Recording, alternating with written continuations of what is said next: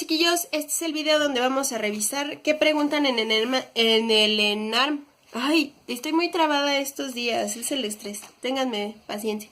Con respecto a la especialidad de otorrinolaringología. Entonces, ¿qué es importante que sepan? Bueno, de otorrino vienen pocas preguntas. Es un tema corto, pero sí es muy rentable porque de otorrino propiamente son pocas. Pero en infecto te pueden meter varias situaciones relacionadas con otorrino. Y también en pediatría, porque acuérdense que las infecciones del sistema respiratorio superior son muy frecuentes en esa etapa. Entonces sí ténganlo en mente. ¿Qué es lo que más nos van a preguntar? Bueno, aquí el primer tema es el recuerdo anatómico y fisiológico de la otorrinolaringología. No es tan importante si tú ya tienes un buen conocimiento del sistema. Si vas empezando a estudiar y todo, sí léelo por lo menos una vez porque es necesario para que contestes las preguntas, pero no te lo preguntan de forma directa. Luego, la otología. ¿Qué es con la otología importante? Determinar los métodos de exploración, que distingan bien qué es Rinné, qué es Weber, qué es cómo se utiliza el diapasón, para qué sirve y cómo se interpreta todo lo que son la semiología, porque eso es muy importante. La otoscopía también es muy importante en este caso, porque hay datos muy claves. Si la membrana tiene burbujas, es una bulosa. Si el tejido está necrótico, hay que sospechar Pseudomonas aeruginosa, si no me falla la memoria. Hay que también estar al pendiente de saber diagnosticar la audiometría. Y si les llegan a poner la combinación de la audiometría junto con Rinné y Weber, que son ahora sí que la exploración completa.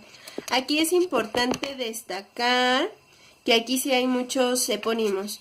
Para empezar, Rinné y Weber, ¿no? Luego viene la de Schwabach o Schwabach, no sé cómo se dice. La prueba de Guelé. Que no son tan frecuentemente preguntadas, pero que si a lo mejor se las ponen, los pueden hacer ahí sufrir un poco. Hay que tener muy presente las diferencias entre un vértigo periférico y un vértigo central, porque eso es preguntable. También aquí hay muchos signos neurológicos a explorar, porque tiene ahora sí que mucho de dónde sacar. Aquí viene un cuadrito muy práctico que dice preguntas frecuentes y dice 1. Una conexión hemática subepicóndrica tras el traumatismo del pabellón, ¿qué tratamiento necesita? Y necesita debridar y drenaje más antibióticos locales y pseudomonas. Eso se los van a poner en ya sea una imagen o en un caso clínico que les digan, generalmente un boxeador o alguien a quien le peguen mucho o constantemente, va a tener una periconditis y una deformidad de la concha del pabellón auricular externo y se le dice oreja en coliflor. Vean cualquier imagen de cualquier boxeador y tienen las orejitas como gorditas. Eso es una oreja en coliflor y es por esa situación. Luego dice 2. ¿Qué tipo de otitis causa el virus de la gripe? Causa la meningitis ampollar hemorrágica. Eso está difícil también, pero pues está muy concreto. A lo mejor si te lo aprendes de memoria, te puede ayudar. Dice, la causa más frecuente de periconditis con otitis externa difusa aguda y la otitis externa maligna es por pseudomonas, que era lo que les decía. La meningitis bulosa es producida por Mycoplasma pneumoniae. El tumor maligno más frecuente del oído externo es el carcinoma epidermoide. Y dice aquí que ante un cuadro de parálisis facial, otalgia, vértigo e hipoacusia, junto con la aparición de lesiones cutáneas en la concha auricular, hay que pensar en el síndrome de Ramsay-Hunt, que es el virus zóster en el nervio óptico. Puede afectar toda esta área de la cara e incluso también cuando pasa al nervio óptico son graves porque tienen bastantes secuelas. Entonces eso sí es muy importante aprendérselo. Hay que aprenderse cómo se ve la otoscopía de una otomicosis porque se diferencia mucho de las infecciones. Entonces hay que tener al pendiente ahí ese cuidado. Hay que tener el tratamiento de las otohematomas, es decir, que el paciente tenga una acumulación sanguínea por debajo de la piel en el pabellón externo o en la oreja propiamente dicha. Hay que saber qué más, qué hacer con una otorrea. Hay que saber que la patología del oído medio, como la más frecuente preguntada, es la otitis media aguda, porque como saben es muy frecuente en el medio y tiene fases. Hay una fase de colección, hay una fase de otorrea. Hay que ver cuáles son las del lactante, cuáles son necrotizantes, cuáles son los signos clínicos. Y aquí viene un cuadro, una tabla que es el diagnóstico diferencial entre las otitis agudas, que es la externa y la media. En la externa, el agente es Staphylococcus aureus, gram negativos o Pseudomonas aeruginosa. La vía de entrada es el conducto auditivo externo, se asocia al verano, a los nadadores, a las piscinas, albercas, etc. La clínica es con otalgia y otorrea leve. El diagnóstico es con el signo del trago. Una vez, paréntesis, chiste local. Un compañerito del internado, nosotros éramos MIPS 2 y ellos eran MIPS 1. En pedia le tocó dar el tema de otitis media aguda. Y el señor, como no estaba nuestro profesor titular en el aula, nos dijo en su exposición que el signo del trago era que le tenías que dar un trago de agua al paciente. ¿Qué? ¡No! Es el trago porque se refiere a la parte del trago de la orejita, no del trago de agua. Entonces, por eso jamás se me va a olvidar. La verdad es que sí lo bullié. Soy mala persona, perdónenme. Hola, saludos si me ves. No creo que me ves. Entonces, y aparte lo hice en público, lo bullié en público. Soy mala, pero es que no está bien que digan cosas que no son. Si no saben algo, mejor no lo digan, no sé, pregúntenlo. Todos nos podemos equivocar, seguro yo me he equivocado muchas veces al grabar estos videos y decir alguna que otra tontera, pero eso sí estuvo muy cómico. El tratamiento dice que es tópico con quinolonas o con aminoglucósidos y a veces es oral. La otitis media aguda va a ser por neumonía, influenza, catarrales y piógenes. Entonces ahí ya va el primer cambio, ¿no?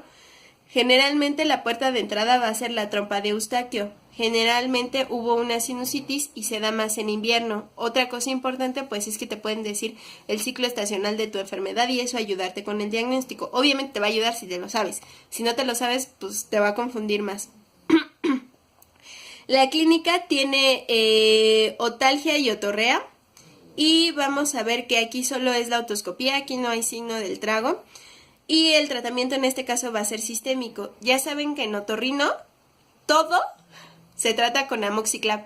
Entonces siempre tengan presente que si tienen una pregunta que no sepan qué hacer y es de otorrino, si ponen amoxiclav tienen el 50% de probabilidades de acertarla aunque no sepan la respuesta correcta. Entonces, bueno, ahí podría ser una opción si lo quieren valorar. Otra patología importante que deben de recordar aquí es la mastoiditis, porque tiene consecuencias, entonces ahí sí hay que recordarlas un poquitito. ¿Qué más? Nos van a poner casos de colestatomas. Ahí también tienen que saberlo. No es tan frecuente, pero el colesteatoma sí es una pregunta de las difíciles que podría hacer la diferencia. Con la autoesclerosis hay que recordar que es una mujer joven y que el embarazo se lo va a empeorar. Eso pudiera ser el punto clave para ahí estar al pendiente. Hay que hacerles estapedectomía. Entonces eso es quirúrgico. Luego vienen otras patologías, como por ejemplo los tumores del oído. Hay que aprenderse cuál es el más frecuente y cómo se ve o cómo se diagnostica. Las patologías congénitas no son tan difíciles, ahí sí se pueden aprender, especialmente el que yo me acuerdo que han preguntado. Treacher Collins, Pierre Rubin y Klippelfeld. Esos son los que he escuchado que sí preguntan en los simulacros o a lo mejor alguna vez en algún examen. ¿Qué otra cosa? Las hipoacusias infantiles hay que tener muy en cuenta que están generalmente asociadas a infecciones del grupo TORCH durante la gestación y que también van a producir a un paciente que no escucha, es un paciente que si está en etapa de desarrollo el desarrollo del lenguaje se va a ver muy afectado. Es por eso la importancia de que si tienen una hipoacusia que pueda ser corregida mediante un implante troclear, se debe de hacer cuando el bebé todavía no empieza su fase de desarrollo del lenguaje, para que cuando el lenguaje empiece a desarrollarse, el bebé tenga la audición y pueda hablar de forma normal o sin problemas de pronunciación, para que no tenga tantas secuelas. Entonces eso sí puede ser preguntado.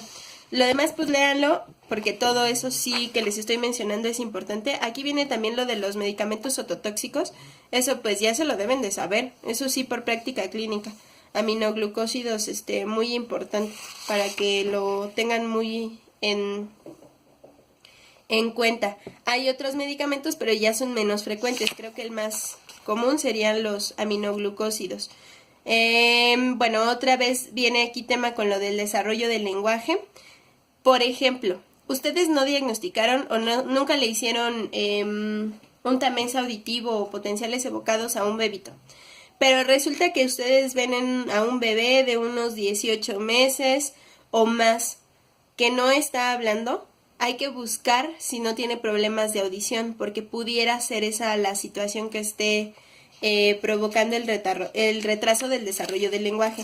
Si el bebé escucha bien, bueno, ya hay que irnos a otras circunstancias, pero relacionado con las hipoacusias congénitas, sí es muy importante evitarles el retraso del lenguaje para que no tengan problema. Ahora, con los síndromes vestibulares periféricos, les van a preguntar Menier.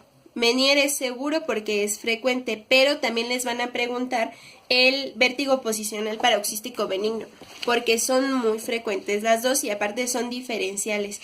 Les pueden preguntar las maniobras de Dix-Hallpinge o las de Epley de Senmont. Perdónenme, tengo gastritis. Soy muy puequita, discúlpenme. Y eso no les van a preguntar cómo se hace, pero sí les van a preguntar para qué sirve o si está indicada. Aquí en el manual pues viene ampliamente explicado cómo se hacen. Si tienen tiempo, apréndanlo, estudienlo, pero si no, con que sepan para qué sirve y en qué están indicadas es suficiente. Luego, el tratamiento con los frenadores laberínticos, a quienes sí se les dan y a quienes no. Les pueden preguntar el neurinoma del acústico, pero es poco frecuente. Se los pueden preguntar porque es muy característico, pero es poco frecuente que lo pregunten y en sí la enfermedad es muy infrecuente que se presente, rara. Entonces ahí, bueno, son de esas preguntas como para molestar gente. Luego, ¿qué sí es muy importante que se aprendan? En cuanto a las fracturas del peñasco o los traumas del temporal, porque lo más frecuente que han preguntado es el signo de Battle, lo del hematoma retroauricular y lo de los ojitos de mapache, para que se lo sepan bien y vean cuáles son las probables alteraciones que les puede dar. Encontré una pluma. Estuvo ahí perdida durante algún tiempo. Bueno, luego viene lo de la parálisis facial.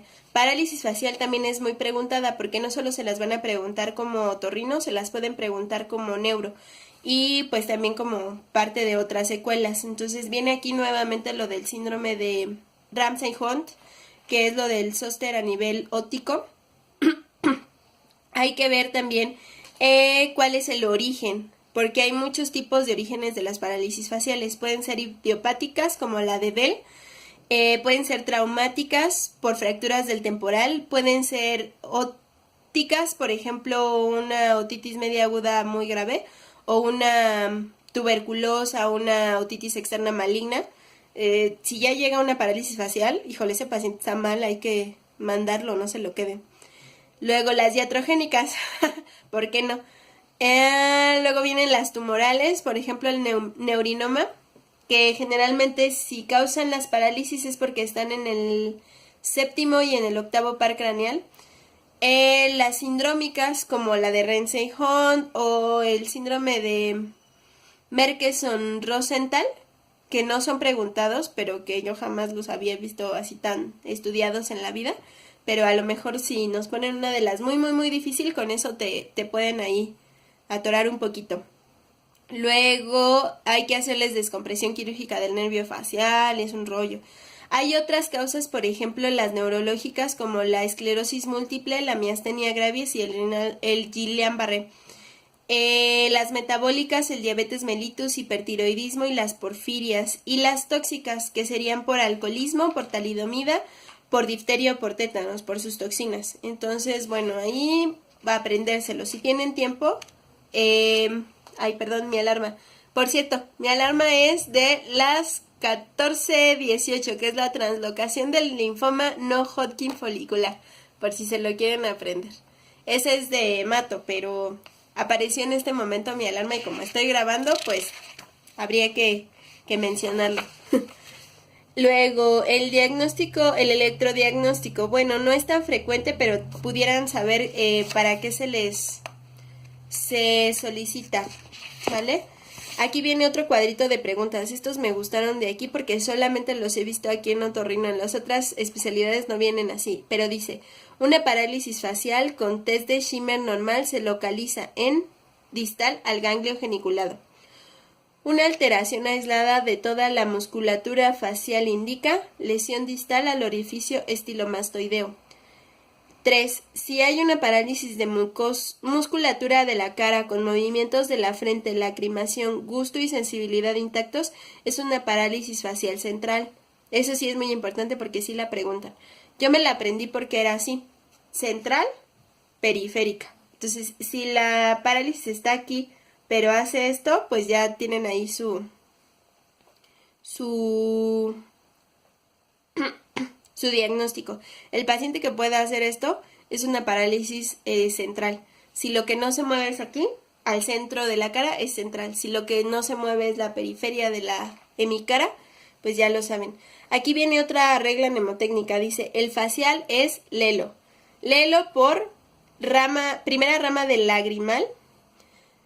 La segunda rama que es el estribo, que es la E. La tercera rama que es de la lengua y la cuarta rama que es de la oreja. Entonces, pues, yo no soy buena para aprenderme las mnemotecnias a menos de que alguien me haga reír si me las cuenta. Entonces, bueno, ahí hay otra. Luego pasamos a la rinología. Bueno, la rinología ya es menos preguntada, pero sí tienen que saberse la enfermedad de Rendu-Osler porque es de las difíciles que sí preguntan. Lo demás yo creo que es más sencillo, la atresia de Coanas, eso es muy preguntado en pedia, o por lo menos en los simulacros vino muchas veces, y es fácil de identificar. Las epistaxias, que también es algo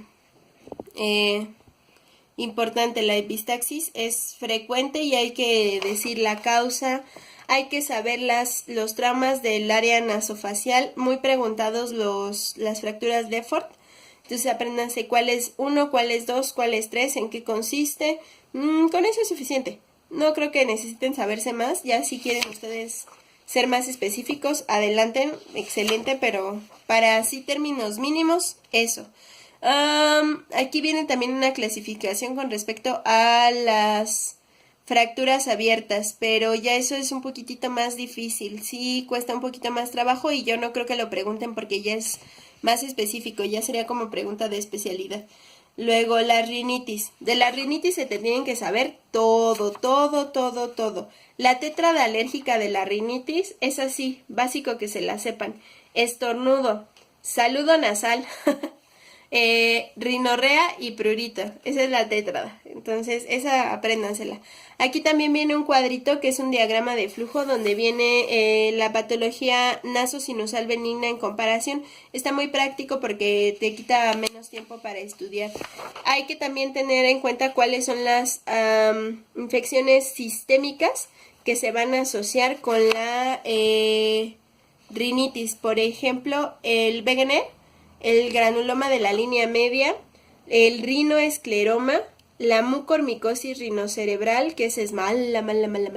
Y siempre que les pongan un caso de mucor, van a ver un paciente altamente deformado con cosas negras entre la nariz y la mucosa oral. Y casi siempre es un diabético o un paciente que está en inmunosupresión por cualquier motivo. La sarcoidosis. La sarcoidosis le dicen que es una de las grandes imitadores. Puede ser cualquier cosa. Entonces, cuando no sepas qué es, no te suena ninguno de los demás, a lo mejor es sarcoidosis. la sífilis terciaria, la lepra, la tuberculosis, el sarampión, la rubiola, el lupus y otras enfermedades, pero son como otras causas ya un poquito más difíciles de preguntarles.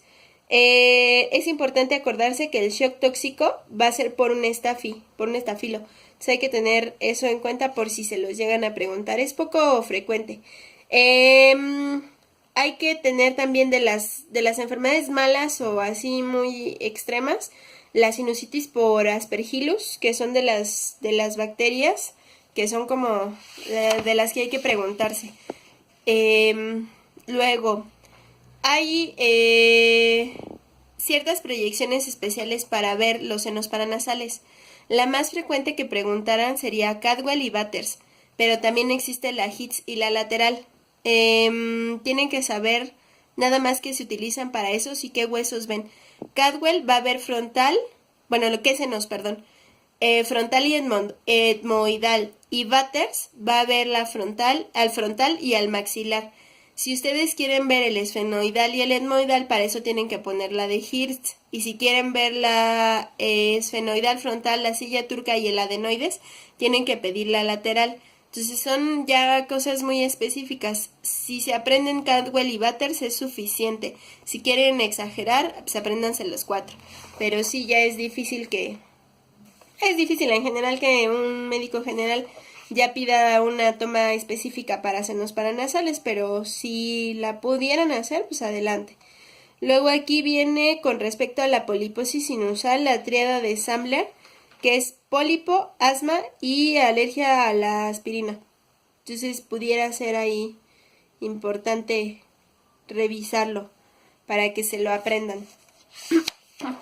Luego tenemos la patología tumoral sinusoidal, que ahí es el osteoma, el mucocele y el hemangioma, que son los buenos, y los premalignos, que es el papiloma invertido, y los malos, que bueno, ahí sí ya hay que adentrarse mucho en el adenocarcinoma de etmoides, que es uno de los malos, para que lo tengan allí en consideración.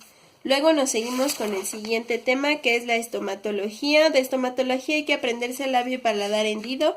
Lo de los dientes no hay tanto problema porque es muy fácil que lo distingas con pura lógica, no hay necesidad de aprenderse más. Hay que aprender las enfermedades cutáneas que pueden tener relación ahí, que serían la empangina, el mano-pie-boca, las aftas de varicela o de zóster, el pemfigoide vulgar, la epidermiolisis apoyosa adquirida, el líquen, que sería lo más, pero no son frecuentemente preguntados, Si acaso una o dos preguntas. En los simulacros sí vienen, pero en el examen real yo no lo he visto tanto.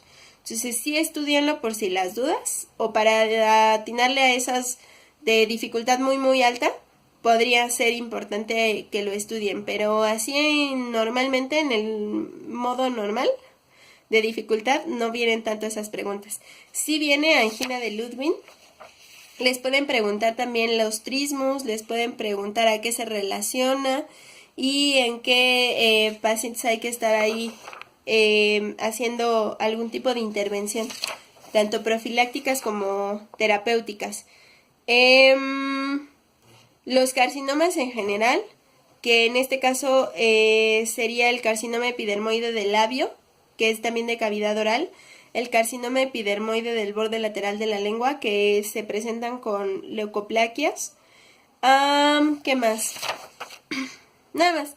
Bueno, aquí viene lo de las proyecciones utilizadas en la estomatología, pero eso no lo preguntan, no se estresen. Luego, la patología de la faringe, pues, ¿qué es lo más frecuente? Todo lo que tenga que ver con la amígdala. Hiperplasia, las adenoides, la obstrucción por la hiperplasia adenoidea o amigdalina. ¿Qué más? Pues nada más, lo demás es poco preguntado. Hay un poquito aquí con respecto a lo de la polisomnografía, porque como disminuye el flujo de aire durante la noche y la lengua está en hipotonía, sí puede ahí producirnos un poquito de malestar.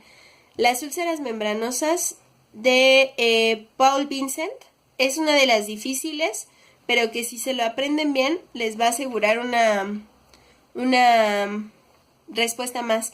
Se asocia a las espiroquetas y es unilateral leve.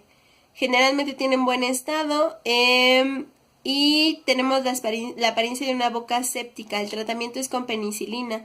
Generalmente la úlcera va a estar en el polo superior de la amígdala y tiene pseudomembranas. Luego la difteria, que es el Corynebacterium diphtheriae, eso sí lo pueden preguntar. ¿Cuál es el agente causal de la difteria? Y te ponen ahí muchos nombres parecidos y te pueden así como que hacer dudar. Te va a dar odinofagia, disfonía, tos, fiebre. Tiene membranas falsas que son grises, sangran cuando las tratas de desprender y el tratamiento es PENI. La escarlatina, que es por el estafilococo beta hemolítico del grupo A, da odinofagia, exantema, amígdalas rojitas, la lengua aframbuesada y el enantema en piel. El tratamiento es la PENI también. Eso es lo que tiene ventaja, que se tratan con PENI casi todas. Entonces le pueden ahí atinar. Ahora vienen las de virus, que es la gingivoestomatitis herpética, que es por el virus herpes simple tipo 1, se da en niños y en jóvenes, da odinofagia, fiebre, las vesículas están regadas por toda la cavidad oral y las amígdalas también. Se da tratamiento sintomático, acuérdense, es un virus. La herpangina, que está causada por el Coxsackie A. Coxsackie A está de moda porque Coxsackie también produce mano, pie, boca. Y mano, pie, boca está de moda porque hay epidemia. Ya hasta en la tele lo sacan. Entonces, temas que sean de moda, apréndanselos. Siempre se los van a preguntar. Luego, ¿qué más tenemos? Los abscesos periamigdalinos sí los preguntan. Sí son preguntados. Las patologías tumorales benignas. El más común benigno sería el angiofibroma nasofaringeo juvenil, pero es poco preguntado. Solo como un dato ahí, apréndanselos.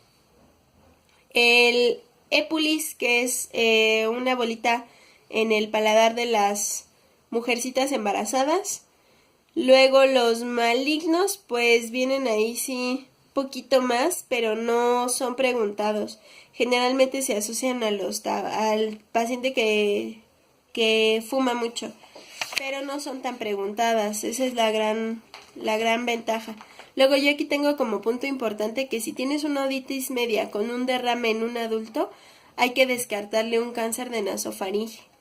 Eso lo tengo como punto resaltado. En cuanto a la patología de la laringe, también ya no es tan preguntada, pero sí te va a venir a lo mejor una leucomalacia, te puede venir una parálisis de la cuerda bucal, pero es muy raro. Ya más que eso, pues está un poquito complicado. Te puede venir el club, eso sí, viene, pero viene en pediatría.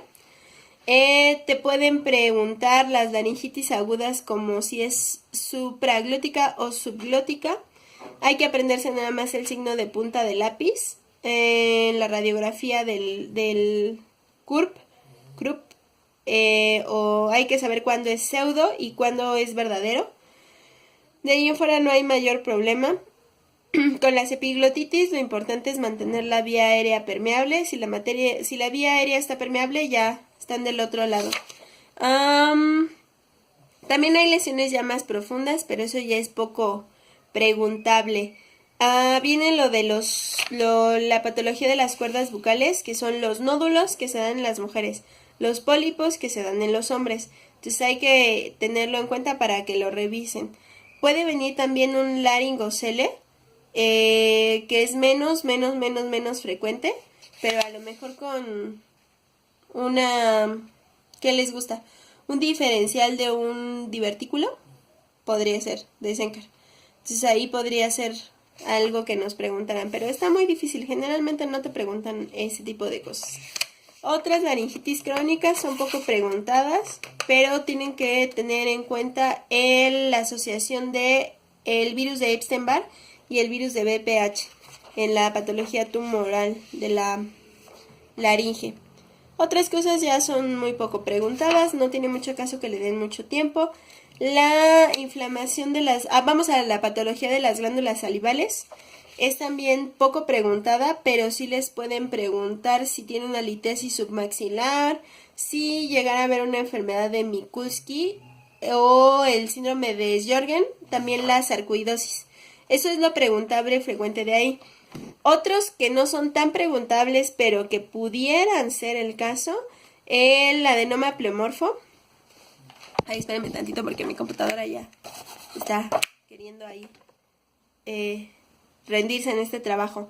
El tumor de Warthin, y son los más preguntables, porque otros sí hay más, pero ya es muy difícil que se los pregunten. No le dediquen tanto tiempo, a lo mejor una leidita rápida y nada más. En cuanto a la patología cervical, hay la congénita y la adquirida. Y pues tenemos los quistes, los que son derivados del arco branquial o del seno cervical, los que vienen del conducto tirogloso, los que son derivados de las bolsas faríngeas, que son los congénitos. También hay que ver las adenitis cervicales, que bueno, pueden ser de cualquier cosa, pero hay que aprender a diagnosticarlas, a distinguirlas. Puede haber patología tumoral de otro tipo como los glomus, como los neuromas, pero son muy poco preguntados. ¿Cuál ahí sí podrían preguntarles a lo mejor? El de linfoma Hodgkin y no Hodgkin. Ese sí puede llegar a ser. Y la clasificación de los tumores, eso ya no. Eso es suficiente que tengan de conocimiento con respecto a otorrino. Súper importante, otitis media aguda, otitis externa, las complicaciones de las mismas. En rino, la rinosinusitis en general. En laringe, pues las faringoamigdalitis. Entonces, eso es lo más frecuente que tienen que saber. Si se saben eso, probablemente en otorrino no les vaya mal. No hay mucho, no son tantas preguntas, pero sí les puede servir bastante estudiarlo. Hasta aquí el videito de hoy, chiquillos. Que tengan una linda tarde. Nos vemos en el siguiente video.